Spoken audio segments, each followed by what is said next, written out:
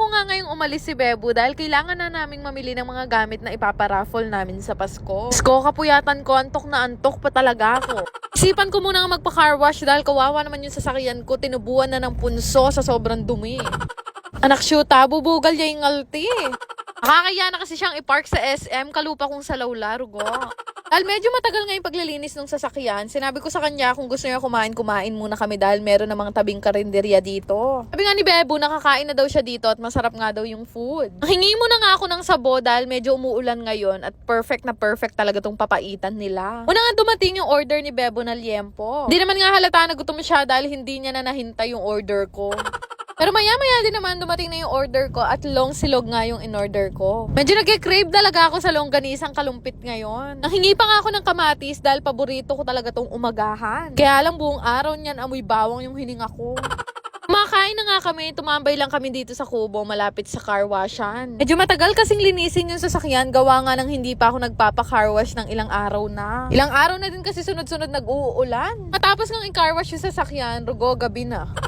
Buti na lang talaga, late nagsasara tong Unitap kaya may oras pa kaming mamili. Dito nga kami una nagpunta dahil ang grand prize namin ay washing machine with new boyfriend.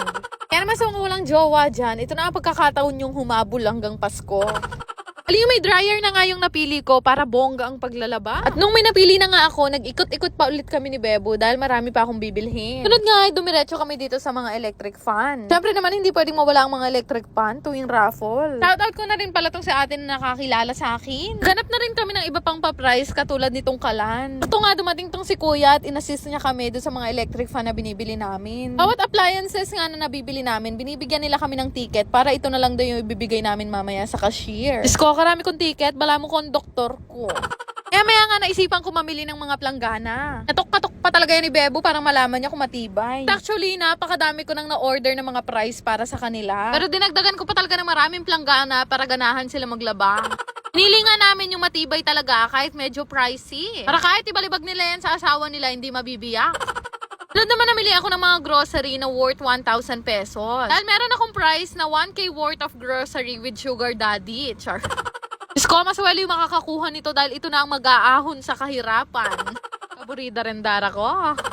Kung ano-ano na nga yung nakuha ko, kumuha pa ako ng kape, pansit. Madami pang iba at sobra-sobra na nga to sa 1,000. Kaya naman sa mananalo nito, bigyan nyo na lang ako ng sukli.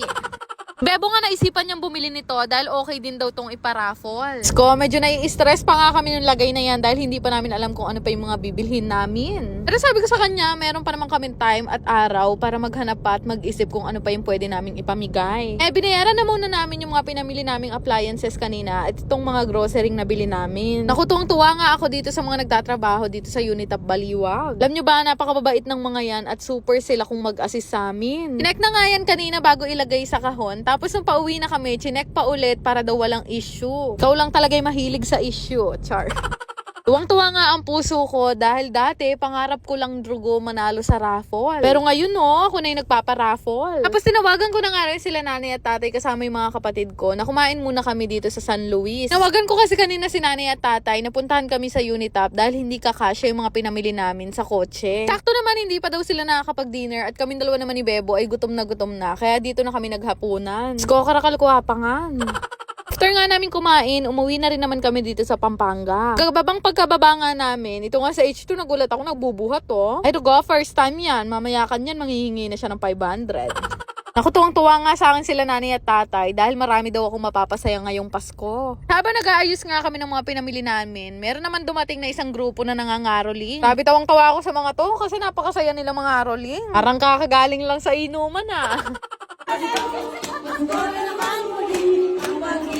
Naku, ganito talaga yung mga masasarap binibigyan. Isipin nyo naman may bahana, nakuha pang sumayaw.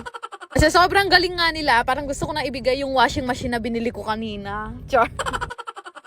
Maglalaro ka lang, kikita ka pa. Kaya naman subukan yung laruin at i-download itong Phoenix game gamit yung link na makikita nyo sa comment section. Mag-register kayo gamit ang inyong mga mobile number, mag-create ng password at ilagay yung OTP na marireceive nyo. Once ma-fill upan yung lahat yan, pwede nyo nang i-click yung register. After nga nun, ito na yung makikita nyo, pero bago ang lahat, kakailanganin ko muna mag-cash in. 100 nga yung minimum at 30,000 naman yung maximum. Grabe, napakadali nga lang mag-cash in dito dahil gagamitin nyo lang naman ay GCash. Noon lang kadali mag-cash in at ilang minuto lang, pwede na kayong maglaro. Meron ngang isang laro dito na bagong-bago at andali talagang laruin. Sobrang dali lang manalo dito. Ikiklik nyo lang naman yung bet at ikaw ang bahalang mag-decide kung kailan mo siya gustong i-cash out. Rules nga lang dito ay dapat mapindot mo yung cash out habang lumilipad yung racket. Kaya nito, kinash out ko na nga tong sa akin dahil malaki na yung napanalunan ko. Pinyo naman yung binet kong 5,000 kanina, 13,000 na agad. Naloloka nga ako sa ibang mga naglalaro dito. Grabe talaga silang manalo, sobrang lalaki. Kaya naman sinubukan kong ulit laruin at ang galing kasi pabindot-pindot lang ako. Nanalo ulit ako ng 7,500. Pero naku, ayoko nang ilaban yan kaya mag-cash out na tayo. Ay naku, naloka ako ng bongga kasi 5,000 ko kanina naging 20,000. Kaya naman subukan nyo nang i-download at laruin itong Phoenix game. Yan lang naman. Salamat!